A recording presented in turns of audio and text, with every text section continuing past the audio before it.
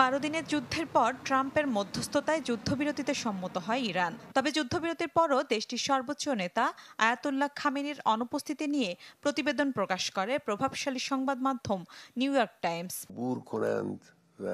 এবারে সেই নীরবতা ভাঙলেন আয়াতুল্লাহ খামেনি।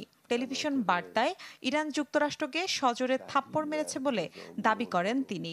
এর আগে সামাজিক যোগাযোগ মাধ্যম এক্সে এক পোস্টে বলেন, ইসরায়েলের বিরুদ্ধে বিজয় হয়েছে তেহরানের। নতুন করে আগ্রাসন হলে তার চড়া মূল্য দিতে হবে। মার্কিন প্রেসিডেন্ট যা করেছেন তা অতিরঞ্জিত। তারা আমাদের পারমাণবিক স্থাপনায় হামলা চালিয়েছে, তবে কিছুই অর্জন করতে পারেনি।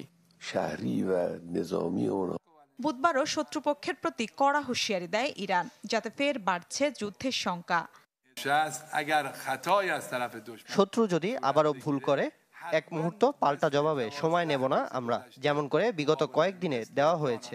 আমাদের সেনারা সব সময় প্রস্তুত।